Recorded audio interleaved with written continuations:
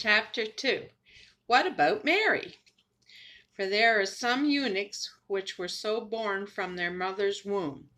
Matthew 19:12a. Joseph, my boy, you are a wonderful carpenter. I've enjoyed having you around these last few days. I'm sorry that this is your last day with me. Dr. Adlai was no stranger to Nazareth, and even though he had been away for 25 years, it had not taken him long to settle in again. Nazareth had been without a doctor long enough not to hold any grudges. Do you have more work to do now that you have fixed up my office so nicely? No, Dr. Adlai, not in town. But in a month's time I will go to Bethsaida, where I have been told there will be lots of work for as long as I need it. Maybe there is more to do in Nazareth that you have not heard about yet, so you don't have to go away. Going away or staying here, what difference does it make to me? Joseph, a young man of your age, should be married, settled down, and raising a family by now.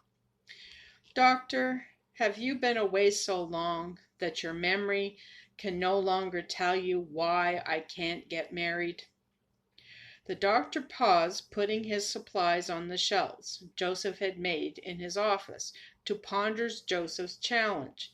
Then he spoke out loud, more to himself, but also so Joseph could hear what he was thinking. Well, let me go back 25 years to the time before I left. What I remember is that you were the last child I delivered before receiving the commission from the king to be one of his physicians. It was a great honor, and I thought I would be a fool to pass up such an opportunity. So I accepted it right away and went away even before you were old enough to be... Oh, Joseph, how could I have forgotten such a thing? Please forgive me. Don't worry about it, Doctor. I've had 25 years to get used to who I am.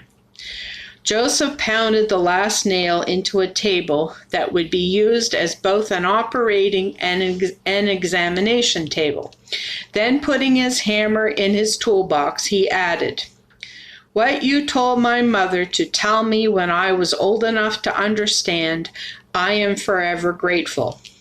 It has sustained my faith through many valleys that would have overwhelmed me if not for your comforting words." Please refresh my memory. What did I say? You said, "Dear Abigail, don't cry. The Lord has great things in store for your perfect son. Don't forget to tell Joseph that he is perfect in the Lord's eyes just the way he is." You are still perfect, son, so why don't you want to get married? Have you ever tried to find the perfect mate the Lord has for you? Yes, I've tried, but every time I get close to telling a girl about the man she could be marrying, I get cold feet, especially when I hear about how much they want children.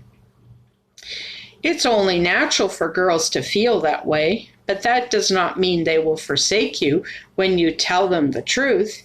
Can you not think of one who would love to just have you without children?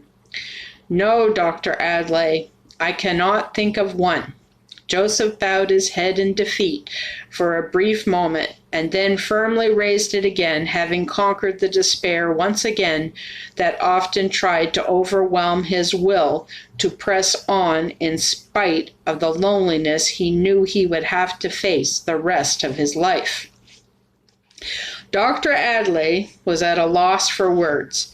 His love for Joseph was great, and his determination to show him the Lord had a perfect mate for him was even greater.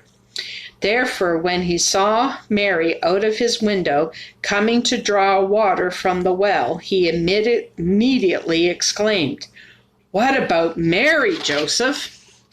"No, Doctor, I could never date Mary. I never intend to." The determination in Joseph's voice showed the doctor that there was no point in discussing the matter. The doctor could see that all the arguments he had planned to give next would fall on deaf ears. Joseph would not listen to arguments like how the doctor had noticed how Mary would brighten up whenever Joseph was near, whereas the other young men who tried so hard to win her affection were all treated with the same polite manner. Hadn't the doctor also noticed how Mary had saved her best cooking at the town fair for Joseph to purchase it at his mother's bidding?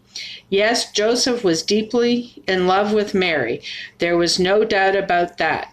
So deeply that he would never allow her to be tied down to a man who could not fill her wish to have children. The doctor paid Joseph for his work, wishing him well in all his future undertakings.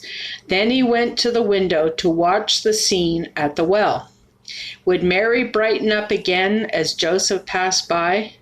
There was Nathanael, the shepherd, trying to get in Mary's good graces by offering to draw the water for her. How easily it was to see that Nathanael did not have a chance to win her affection. Yet Nathanael was blind to her standoffishness and kept on trying to woo and win her anyway.